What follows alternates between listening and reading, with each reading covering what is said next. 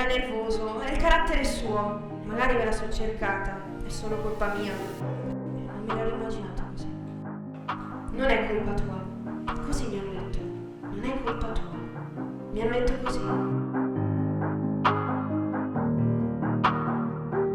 Senza di voi questa cosa qua non sarebbe mai nata. Io ce l'avevo in testa, ce l'avevo in un cassetto, e forse tirandola fuori in questa maniera qua, perché no?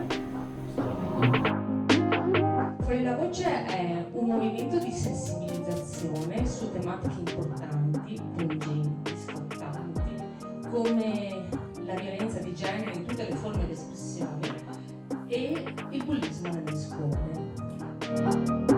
Non è tanto che quello che vi porto io oggi o che vi ha portato prima l'avvocato, che vi ha portato o che vi porteranno dopo i relatori dopo, stia qui dentro. E quanto noi poi ne portiamo fuori di quella cosa che abbiamo visto. Te la sei cercata? Non è colpa mia. Quando torniamo a casa te lo faccio capire a calci. Non è colpa mia. Dove stai? Dove cazzo stai? Dove stai?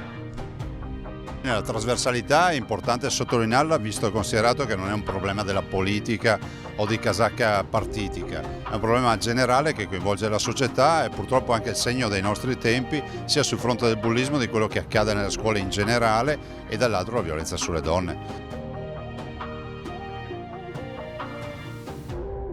A me piace pensare questo, che si possa fare squadra su argomenti così importanti e collaborare tutti quanti insieme.